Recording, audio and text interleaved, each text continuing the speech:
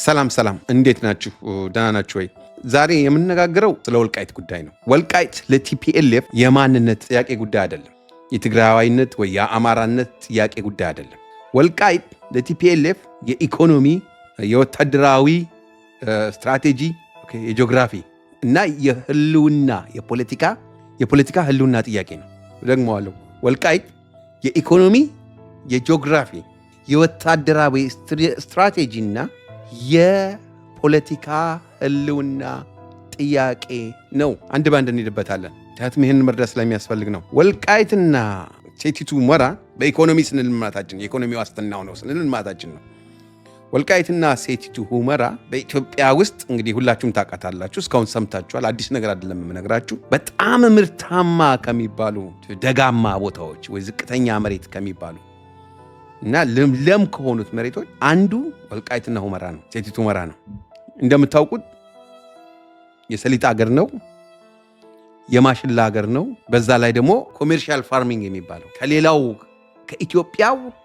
ከኢትዮጵያው ክፍል በተሻለና በቀደመ ሁኔታ የሚሰራበት ክልል ነው። ሌላው ክሮስ ቦርደር ትሬድ በከፍተኛ ሁኔታ ከሱዳኖች ጋር ከሱዳንም አልፎ ከሚመጣ የንግድ ልውውጥ የሚደረግበት ቦርደር ነው። ኢትስ አ ቬሪ አክቲቭ ቦርደር። ቲፒኤልኤፍ የተገነዘበው ነገር ቢኖር ያለ ወልቃይት ትግራይ ላንድ ሎክድ የሆነች ክልል ነች፣ የተዘጋች ክልል ነች። መዘጋቷ ብቻ ሳይሆን ቲፒኤልኤፍ ሁሌ በግልጽ እንደሚናገረው ሀብቷም ትንሽ ነው የሚሆነው ከሌሎች ክልሎች ጋር ሲተያይ። የተዘጋች ክልል ነች ስንል፣ ላንድ ሎክድ ክልል ነች ስንል በአማራና በአፋር ወይንም በኤርትራ የተከበበች ናት። ከኤርትራ ጋር አሁን ጥሩ ግንኙነት አላቸው ይመስል እንጂ ሆስቲሊቲ ስላለ በኤርትራን በኩል ጥገኛ ናት። በጥሩም ግንኙነት ቢኖር ኤርትራን አልፋ ሌላ ድንበር ዘለል ንግድ ማካሄድ አትችልም። በዚህ በኩል አማራ አለ። ወልቃይትን ካላገኘች ወደ ሱዳን መሄድ አትችልም። ቲፒኤልኤፍ ነው የምለው ትግራይ ዘን በዛ በኩል አፋር ይኖራል። ስለዚህ ለአንድ ሎክድ ትሆናለች። የትግራይ ፖለቲከኞች እንደሚሉት 1/4ኛው የወልቃይት ኢኮኖሚ ብቻውን 1/4ኛውን የትግራይን ሀብት ወልቃይት በትግራይ ስር በነበረበት ጊዜ ይደጉም ነበር። ትግራይ ኤርትራንም አማራንም በተለይ ቲፒኤልኤፍ እንደ ጠላት ነው የሚያያቸው። ስለዚህ ወልቃይትን አለማግኘቱ በጠላት ጋር ዲፔንዳንት ነኝ የሚል ነገር ስሜት ያስይዘዋል። የቲፒኤልኤፍ አንዱ ትልቁ ራዩ ሲፈጠር ጀምሮ የነበረው ራይ ታላቋን ትግራይ መመስረት፣ ኢፍኖት ሴሚ አውቶኖሚ የሆነ የትግራይ ክልል መመስረት ይፈልጋሉ። ለዛ ደግሞ ትግራይ ሀብት ያስፈልጋታል። ከውጭው ጋር የምትገናኝበት ቦርደር ያስፈልጋታል። ከሁሉም በላይ ደግሞ ዲፔንድ የምታደርግበት ኢኮኖሚ ያስፈልጋታል። እነኚህ ሁሉም ያለ ወልቃይት የሚሆኑ አይደሉም። ሌላው ወታደራዊ ጠቀሜታው ነው። የወልቃይት በወታደራዊ አቅጣጫ ወልቃይትና ራያ ለቲፒኤልኤፍ የበፈር ዞን ይሆናሉ። ብዙ ሰዎች እንደሚሉት እኔ I'm not from that area ዲፌንድ ለማድረግ ለመዋጋት የወልቃይት መሬት የተመቸ ነው ይላሉ። ከዚህን ተሻግሮ ወልቃይትን መያዝ ለትግራይ ለመካከለኛው ትግራይ እንደ በፈር ዞን ያገለግላል። የመከላከያ ክልል አድርገው ሊይዙት ይችላሉ። ቅድም እንዳልነው ወታደራዊ ጠቀሜታው በቀላሉ ወደ ሱዳን መድረስና መመለስ የሚችሉበት ኤሪያ ነው የሚሆንላቸው። መሳሪያ እንደፈለጉ ማስገባት ማስወጣት። ቲፒኤልኤፍ አንደኛው ትልቁ የሚታወቅበት ሱዳን ውስጥ ነው ቤዙን ያደረገ ነበር። ስለዚህ በቀላሉ የውጭ ግንኙነት የሚያደርግበት መንገድ ይኖረዋል። ያለ ወልቃይት አንደኛ ትግራይ ጠባብ ነው የምትሆነው። ሁለተኛ ልዋጋ ብትል ኤክስፖዝ ነው የምትሆነው፣ ተጋለጠች ነው የምትሆነው። ለጦር ስትራቴጂ ያመቸ መልክዓ ምድር የላትም እንደ ወልቃይት። ስለዚህ በስትራቴጂ ትደክማለች ማለት ነው። ስትራቴጂካሊ ዊክ የሆነች ትግራይ ናት የምትሆነው። ለዚህ ነው ቲፒኤልኤፍ ጠዋትም ማታም ደግሞ በሰላም ወይም በሌላ መንገድ ወልቃይት ወደ ትግራይ ወልቃይትን መልሼ መንጠቅ አለብኝ ብሎ የሚያስበው። ወልቃይት መመለስ አለበት የሚባለው ነገር አይገባኝም። ወልቃይትን መልሼ መንጠቅ አለብኝ ብሎ ጠዋት ማታ ቲፒኤልኤፍ የሚሟገተው የህልውና ጥያቄ ስለሆነበት ነው። ሌላው ወልቃይት ለቲፒኤልኤፍ በጣም የሚያስፈልገው ፖለቲካል ሌጂቲሜሲ ወይንም ደግሞ የፖለቲካ ህጋዊነቱን ቅቡልነቱን ለማግኘት ነው። እንደምታውቁት ቲፒኤልኤፍ ከ1976 ጀምሮ በፈጠረው ማኒፌስቶ ዋናው ዓላማ ሲፈጠርም የትግራይ ህዝብ ጭንቅላትንም ቦች ያደረገበት ታላቋ ትግራይ መፍጠር ነው። ይሄ ነው ትልቁ መርሁ። ያለ ወልቃይትና ያለ ራያ ይሄ እህል አፈር ይለብሳል። ትግራይን መንግስት የማድረጉ ዓላማም ያበቃለታል። It's not going to happen። ሽማግሌዎቹ የቲፒኤልኤፍ መሪዎች አሁንም ቅቡልነት አጥተዋል። የወልቃይት ነገር ከተደመደመ እቺ የተሟጠጠች የቀረችው እንጥፍጣፊዋ ተቀባይነትም ታልቅና ወደ መቃብራቸው ይገባሉ። ስለዚህ የፖለቲካል ቅቡልነት ሰርቫይቫልም ጥያቄ ነው ለቲፒኤልኤፍ። ስለዚህ ነው የቲፒኤልኤፍ አመራሮች መተው እንኳን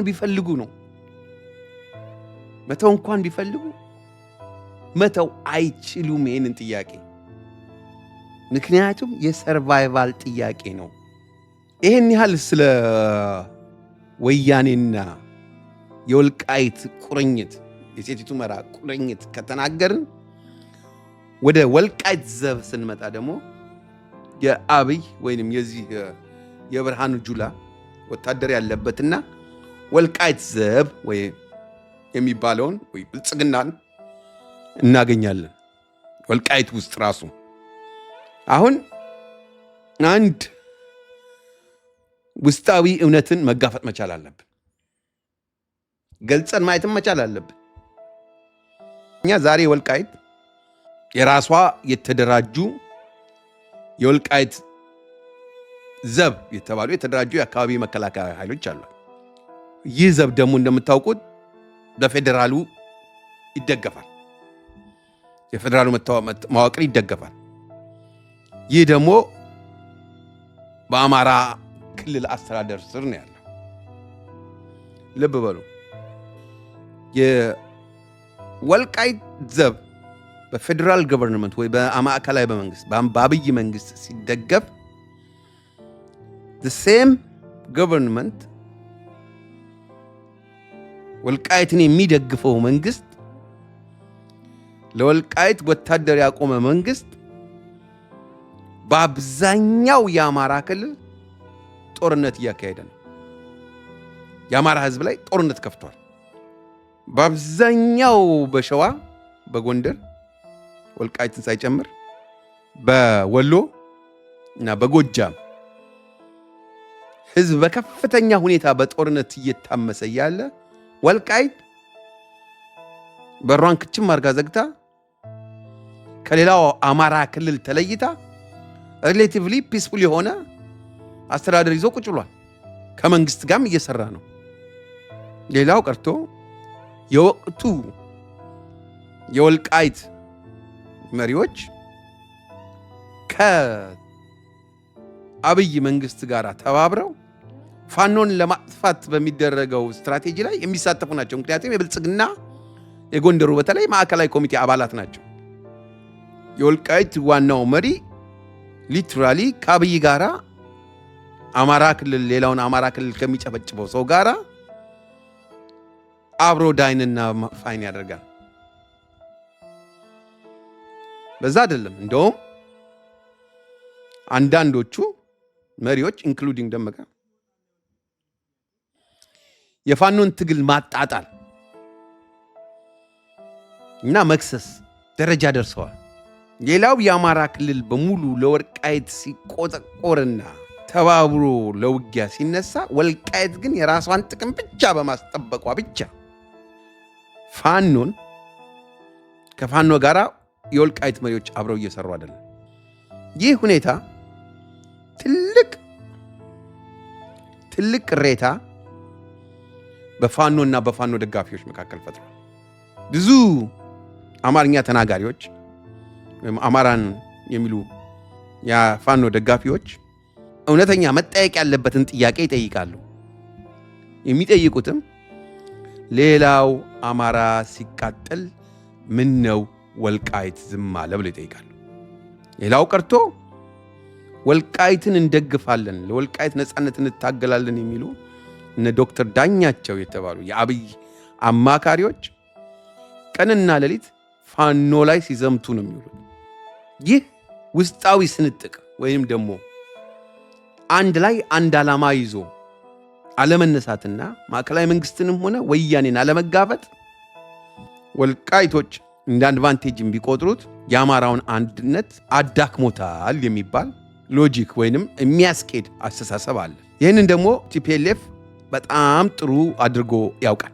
አያችሁ፣ ያውቃል። ቲፒኤልኤፍ በደንብ ያውቃል። አሁን ባለፉት ሁለት ቀናት ሁኔታው ተለውጧል። ቲፒኤልኤፍ በወልቃይት ዙሪያ ብዙ ኃይሎችን አሰባስቧል። ጦሩን አንቀሳቅሶ ወልቃይትን እንደገና ለመንጠቅ ዝግጁ መሆኑን ምንም ሳይደብቅ በግልጽ አስታውቋል። ይህ የቲፒኤልኤፍ እንቅስቃሴ ማንኛውንም አይነት ግራ መጋባት እድግፍ አድርጎ ጥሎ ሁሉን ነገር በግልጽ አስቀምጦታል። ቲፒኤልኤፍ ለጦርነት እየመጣ ነው። ቲፒኤልኤፍ በበለጠ እየገፋ ለጦርነት እየመጣ ነው። የወልቃይት ዘብም አሁን የመከላከል ውጊያውን ሊጀምር አኮብኩቧል። እንዲሁም እዚያም ጦሽ አለ። መንግስትም ድሮን ጭምር ኢንክሉድ ያደረገ አነስተኛ ውጊያዎች ተጀምረዋል። ያው የብርሃኑ ጁላ ወታደር አስተማማኝ ባይሆንም ሲጠነክርበት እሳት ሲበዛበት እንደሚሸሽ ቢታወቅም አሁን ከተከዜ ዘብ ጋር አብሮ እየተዋጋ ነው። አሁን ቲፒኤልኤፍ ማወቅም ያለበት የማይቀረው ሪያሊቲ ምንድን ነው?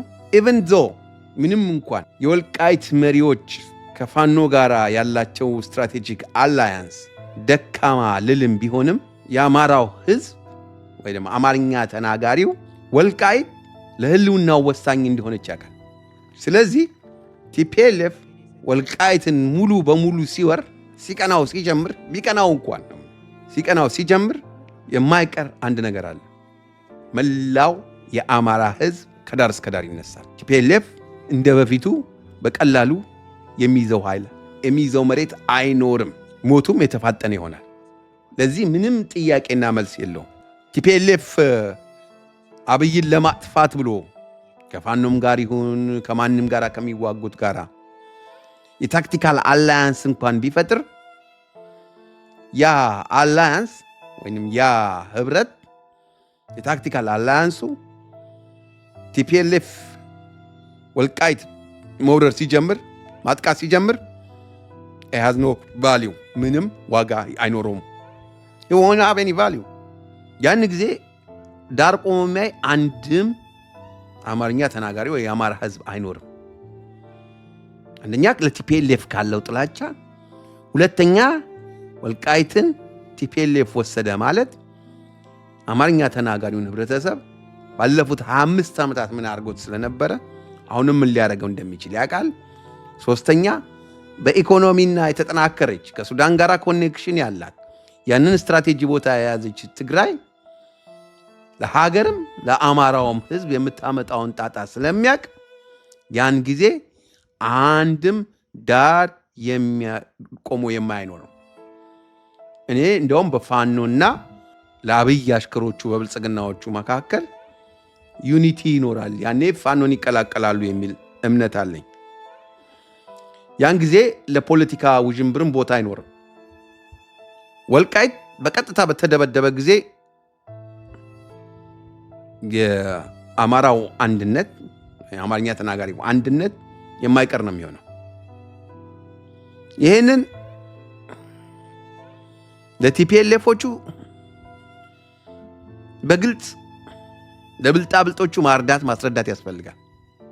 ሚዲያዎቻቸው የነ ስታሊን የነ ቴዎድሮስ የነ ማርያማዊት በፋኖና በአማራው በፋኖና በቲፒኤልኤፍ መካከል ማለት በአብይን በሚጠሉ ኃይሎች መካከል ህብረት ያስፈልጋል የሚሉት ልክ ያንን ቃል ተናግረው ገና ትንፋሻቸውን ሳይወጡ የፕሪቶሪያ አግሪመንት መሰረት ምዕራብ ትግራይ መመለስ አለበት ይላሉ።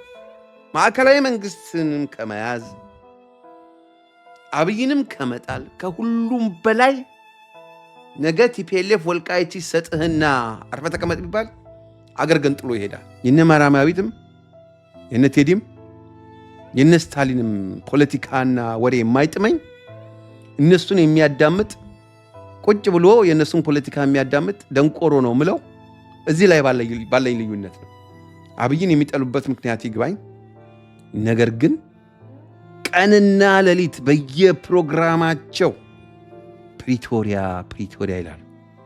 ትግራይና አማራዎች በወልቃይት ለዘመናት ከትውልድ ትውልድ ተቀላቅለው አብረው የኖሩ ህብረተሰቦች ናቸው። እኔ በዚህ አላምንም። እኔ በጣም ሚክስ የሆነ ሶሳይቲ እንደሆነ ይገባኛል። ነገር ግን ተቀላቅለው ሲኖር እንኳን አብዛኛው አማርኛ ተናጋሪ ነው የነበሩትም በአማራ ክልል ነው፣ ጎንደር በሚባል ወይ በጌምድር። እንግዲህ ይህንን ደግሜ መንገር አልፈልግም፣ ሰው ስለሚያውቀው ነው። ያን ጊዜ የዘር ማጥፋት አልነበረም። ወደ ሁመራ ማሄድ ወደ ሁመራ ማይገባ ከኢትዮጵያ ክልል ውስጥ አንድም ህዝብ አልነበረም። ከትግራይም ሆነ ከተለያየ ክልል ኢንክሉዲንግ አዲስ አበባ። ያን ጊዜ ማፈናቀል አልነበረም። ያን ጊዜ ያለ ቋንቋ ተናገር ማንነት ብሎ ማንነትን ማጥፋት አልነበረም። ችግሩ አብሮ የመኖር አይደለም። እኔ አይመስልኝም፣ አይደለም። ታውቃላችሁ ችግሩ ክላሱ ነው ያለው እንጂ አማራ የሚባል ብሔር እስካሁን እኮ እንደ ጠላት አድርጎ የሚመለከት አይዲዮሎጂ ኢትዮጵያዊ ነው። አያችሁ፣ ይህ አይዲዮሎጂ መግባባት፣ አብሮ መኖርን በክህደት የተጠቀመ አይዲዮሎጂ። የቲፒኤልኤፍ አይዲዮሎጂ አማርኛ ተናጋሪው የሚኖርበትን መሬት ወይ የአማራ መሬትን ወደ ትግራይ መቀላቀልን እንደ ግብ አድርጎ የሚንቀሳቀስ አይዲዮሎጂ ነው። ግልጽ መሆን አለበት። መሬት የመቀማትን አይዲዮሎጂ መሰረት አድርጎ የሚንቀሳቀስ አይዲዮሎጂ ነው። የአማራን መሬት መቆጣጠር እንደ ግብ አድርጎ የሚያይ የፖለቲካ ድርጅት እልቂትን መፍጠሩ አይቀሬ ነው። ስለዚህ ቲፒኤልኤፍ ወልቃይትን ለመያዝ ሞከረ፣ መሞቱ አይቀርም። የወልቃይትንም ነገር ግፍ አድርጎ ቢቶ መሞቱ አይቀርም። የትግራይ ህዝብ ግን እንደ ድሮው ከአማርኛ ተናጋሪው ህብረተሰብ ጋር ትግርኛ ተናጋሪው አብሮ በፍቅር ለመኖር ያለ ቲፒኤልኤፍ የሚያግደው ነገር የለም። አሁን እንኳን የተፈናቀሉትን ለማስመለስ አሁን ያለው መንግስት ፈቃደኛ ነው። ቲፒኤልኤፍ ግን እኔ ተመልሼ ካልገባው ብሎ አይታችኋል። ባለፈው ህጻጽ ላይ ስንት ህዝብ በረሃብ ሲጠቃ። ሰላም ይቻላል፣ ምንም ችግር የለውም። ቲፒኤልኤፍ በወልቃይት ጠገዴ፣ ሰቲቱ ሁመራ ላይ ያለውን ጥያቄ ካነሳ ሰላም ኖ ኩዌሽን። ካለዚያ ከማንኛውም የአማራ ኃይል ጋር አጋርነት የለም፣ ዘላቂ ሰላምም የለም። ከአብይ በኋላም ቢሆን አብይ ከወደቀም በኋላ የሚመጣ የፖለቲካ መፍትሄ የለም። ይሄ ቲፒኤልኤፍ ቁርጡን ሊያውቅ ይገባል። የቲፒኤልኤፍ ሚዲያዎችም አንዳንዶቹን ስሟቸው፣ የቲፒኤልኤፍ ሚዲያዎችም ማወቅ ያለባቸው ነገር የአማራውንና የትግራዩን የተጠቃው ህብረተሰብ አጋር ሆኖ ፋሽስቱን አብይ ማጥፋት ካስፈለገ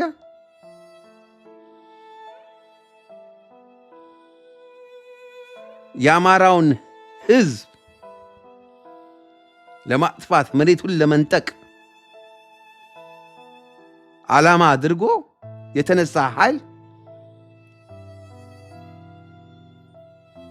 ከአማራ ህዝብ ጋር ከማንኛውም ኃይል ጋር አጋር መሆን አይችልም፣ መፍጠር አይችልም። ሊያጠፋኝ ከሚችል ኃይል ጋር እንዴት አጋርነት ትፈጥራለሁ? እውነቱ እንግዲህ ይሄ ነው። ወያኔ በሚያስደነግጥ ብልጣብልጥነት በግልጽ እያለ ያለው እንድበላ በግ ሆነ ቅረበኝ ብቻ ሳይሆን ቢላዋውን መታረጃህን አቀብለኝ እያለ ነው። ወገኖቼ ጦርነት አደጋ አይደለም። ጦርነት ሲመጣ ማየት ይቻላል። ወያኔ ዛሬ እዚህ የደረሰው ይህን ያህል ጥፋት ያጠፋው በተለይ የአማርኛ ተናጋሪው አማራው ተደራጅቶና ቀድሞ አንድ ሆኖ መመከት አለመቻሉ ነው። አሁንም የወልቃይቶቹም ከፋኖ ጋር አብረው የብልጽግና አሽከሮችም እየመጣ ያለው ጥፋት የለየለት መሆኑን አውቀው አብይ ጥቂት ወታደሮች እየላከ እንደሚያስጨፈጭፋቸው አውቀው በአንድ ላይ ክንዳቸውን አስተባብረው ከተነሱ ወያኔ ትሬት ሊሆን አይችልም። እንኳን 200 ለምን 300 ሺህ ሰራዊት አይኖረው። እውነቱ ይሄ ነው። ደግሞ አለው ጦርነት አደጋ አይደለም፣ ሲመጣ ያስታውቃል። ይሄን አውቆ መዘጋጀቱ ይጠቅማል። አይ ሆፕ ይሄ ፕሮግራም ትንሽ ያለውን ኮምፕሊኬሽን እና በአሁኑ ሰዓት ሊፈጠር የሚችለውን ነገር የገለጸ ይመስለኛል። ስላዳመጣችሁ እናመሰግናለን። አንድም ሁለትም ሶስትም ሰው አየው ላየ ሰው ይጠቅማል ብለን እናስባለን።